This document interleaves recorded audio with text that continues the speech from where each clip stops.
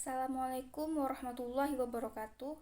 Saya Ilfarika Ayunda dengan NIM 1907030026. Di sini saya akan menjawab soal final yang diberikan oleh Bapak Ilham Zulfahmi MSI selaku dosen pengampu mata kuliah aquakultur.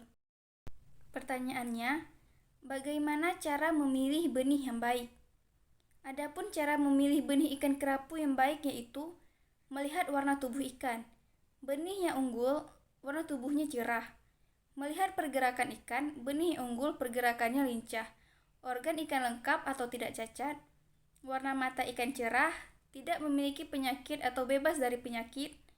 Berenang melawan arus, memiliki kisaran ukuran tubuh yang seragam, respon terhadap pakan. Lahan yang sesuai untuk ikan. Yang pertama yaitu elevasi, merupakan ketinggian tempat atau lokasi kolam terhadap permukaan laut. Kemiringan lahan yang paling baik untuk lokasi perkolaman adalah berkisar antara 3-5%. Artinya setiap 100 meter, panjang perbedaan tingginya sekitar 3-5 meter. Yang kedua, jenis tanah yang dipilih harus dapat menyimpan air atau kedap air sehingga tambak yang akan dibuat tidak bocor. Tanah dasar dan pematang harus dapat menahan air atau tidak poros. Untuk itu, tekstur tanahnya harus lempung berpasir, liat, lempung berliat, atau lempung berdebu, dan plastisitasnya cukup tinggi. Yang ketiga, tanah yang dipilih untuk lokasi budidaya ikan sebaiknya tanah yang subur, yaitu tanah yang lapisan atasnya cukup tebal, karena tanah lapisan atas merupakan bagian tanah yang paling subur. Kesuburan tanah mempengaruhi produksi pakan alami pada budidaya ikan.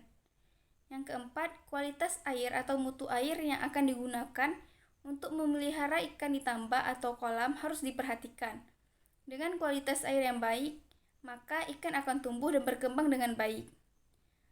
Pakan yang sesuai dengan ikan yaitu: yang pertama, kualitas pakan yang tepat sesuai dengan komoditas yang dibudidayakan dilihat dari si pakan ikan yang dipilih harus mencukupi kebutuhan gizi ikan yang dibudidayakan.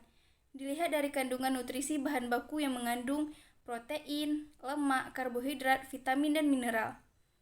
Kandungan gizi pakan terutama protein harus sesuai dengan kebutuhan ikan.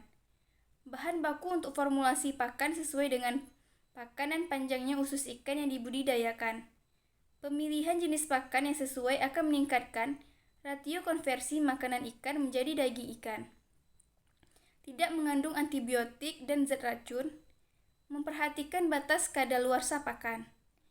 Yang kedua, bentuk dan karakteristik pakan sesuai kebutuhan dilihat dari ukuran pakan dipilih sesuai dengan umur dan bukaan mulut ikan. Memiliki aroma yang disukai ikan yang dibudidayakan. Kestabilan pakan dan ketahanan pakan dalam air sesuai dengan kebiasaan makan ikan.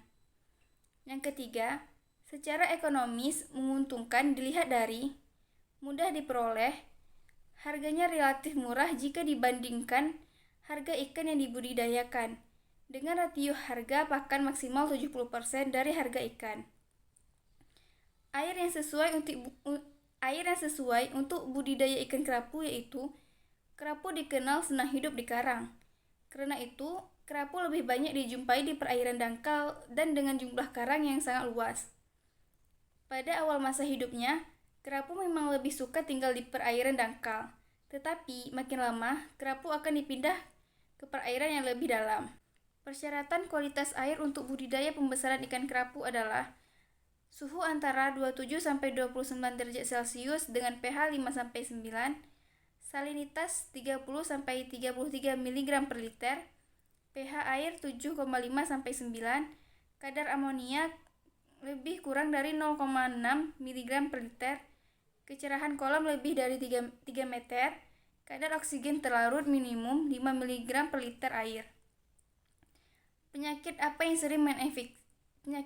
sering menginfeksi ikan kerapu? Penyakit yang sering menginfeksi ikan kerapu yaitu parasit. Ada beberapa jenis parasitnya yaitu Intyopterius multifilis, Trichodina, Chilodenella, Argulus, Liarnea spp adalah beberapa jenis parasit yang menyebabkan gangguan kesehatan pada ikan. Umumnya, Infeksi bakteri disebabkan oleh Aeromonas, Vibrio, Edwardsilla, Pseudomonas, dan Flavobacterium spp. Ada beberapa tanda klinis terkait infeksi bakteri pada ikan, seperti penurunan nafsu makan, kerusakan sirip, hingga kematian mendadak pada ikan. Gas bubble disease atau penyakit gelembung gas merupakan kondisi di mana terdapat gelembung yang terperangkap dalam mata atau kulit ikan. Bukan hanya itu, gelembung juga kemungkinan terdapat dalam organ ikan. Bagaimana cara menanganinya? Beberapa cara pencegahan terhadap hama dan penyakit antara lain: 1. Pemasangan waring atau pemagaran di sekeliling kolam atau tambak. 2. Pengeringan dan pengapuran kolam sebelum digunakan. 3. Pemasangan saringan pada saluran inlet. 4. Pembersihan di sekitar kolam atau wadah budidaya. Dan yang terakhir, pemasangan senar atau tali di atas kolam. Sedangkan pemberantasannya dengan cara penggunaan kaporit, klorin, saponin, atau yang lainnya asal tidak berbahaya atau bukan bahan kimia berbahaya, serta dengan menggunakan alat tertentu. Bagaimana teknik pemasaran yang efektif? Yaitu dijual ke pedagang pengumpul, dijual ke pedagang pengencer di pasar dan toko, dan dijual sendiri. Sekian video jawaban final dari saya. Assalamualaikum warahmatullahi wabarakatuh.